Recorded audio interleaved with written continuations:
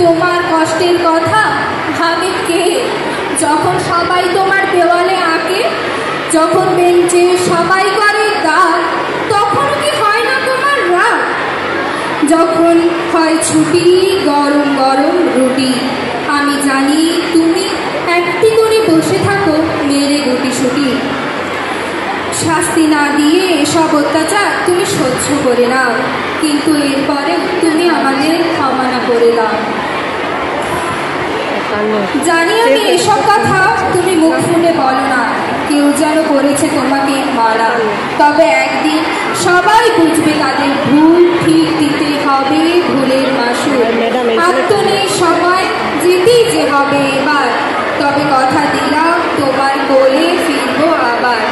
তবে যাওয়ার আগে আছে কিছু কথা বলছি শোনো, খুলছি তবে স্মৃতির খাতা।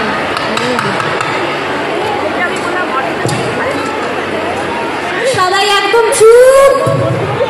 আজ কত তারিখ জানো? 24/7/24। Roll number 1। Yes ma'am. Roll number 2। Yes ma'am. Roll number 119। Present ma'am. আর মাত্র কয়েকটা মাস, তারপরেই বন্ধ হতে চলেছে আমাদের এই প্রেজেন্ট খাতাটা। খাতাটা পড়ে থাকবে হয়তো স্কুলের কোনো এক কোণে, কিন্তু ধুলো জমা ওই পাতাগুলোতে জমে থাকবে 7টি বছরে মায়াজালে আবদ্ধ কিছু মানুষের নাম, কিছু মুহূর্ত। আর একদিন এভাবেই শেষ হয়ে যাবে আমাদের স্কুল জীবন। আজ নবীনবরণ উপলক্ষে আমাদের অনুষ্ঠান। এই 1 মাস ধরে সবাই মিলেমিশে কাজ করতে করতে সবার একবার না একবার হলেও মনে হয়েছে, কেউ কেউ অস্কুলে বলেও ফেলেছে, স্কুলের জন্য এটা আমাদের পরিচালনায় শেষ পরিবেশনা। পারফেক্ট সব কিছু না করতে পারলেও সবাই সবার কাজটা কিন্তু মন দিয়ে করিস। শেষ এই শব্দটা না জানি মনের কোথায় গিয়ে কেমন ভাবে দাগ কেটেছিল। মনে পড়ছিল সেই শুরুর দিনটা। মনে আছে যখন প্রথমবার স্কুলে আসি, ব্যাগে একটাই ছোট্ট খাতা, কিন্তু চোখে জলের না শেষ হওয়া ধারা। কিন্তু সময়ের সাথে না সব কিছু মানিয়ে নিতে শিখি। বন্ধুত্বের মানে না জানলেও বন্ধু ঠিক বানিয়ে নিতে শিখি। বিশেষ করে যখন ক্লাস 5 মানে হাই স্কুল, সব কিছু নতুন। নতুন স্কুল, নতুন পরিবেশ, নতুন টিচার, নতুন বন্ধু। কেমন হবে? কিন্তু প্রথম দিনের পর দ্বিতীয় দিনে একবারও মনে হয়নি এটা আমার বাড়ির থেকে কম কিছু। পড়াশোনার পাশাপাশি আনন্দ করার আশা আর মনে হাজারো দুষ্টুমির খেয়াল। দেখতে দেখতে ক্লাস 6। ক্লাসের সংখ্যা বাড়া মানে হলো প্রপোর্শনাল টু আমাদের মজা।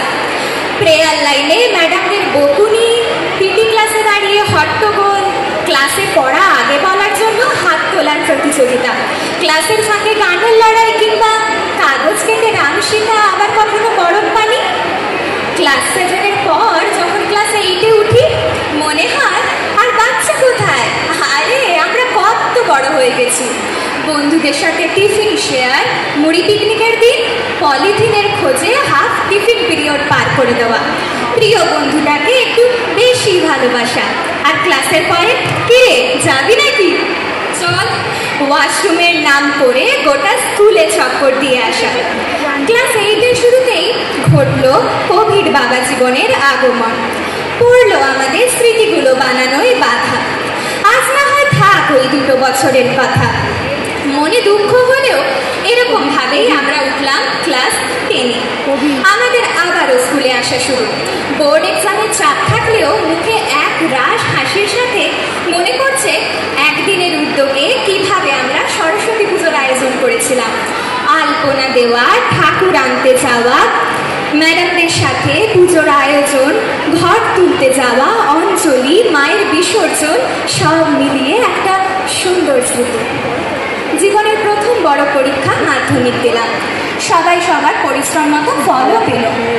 এই সময় না বন্ধুত্বগুলো খুব স্পেশাল হয়ে উঠেছিল, যেন সবাই কত বছরের আপনজনরা।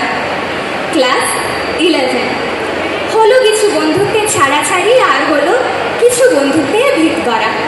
শুরুতে না এই স্ট্রিম চুজের ব্যাপারে কিছুই বুঝতে পারছিলাম না, কারণ এখন তো শুধু পড়া নয়, বরং ভবিষ্যতের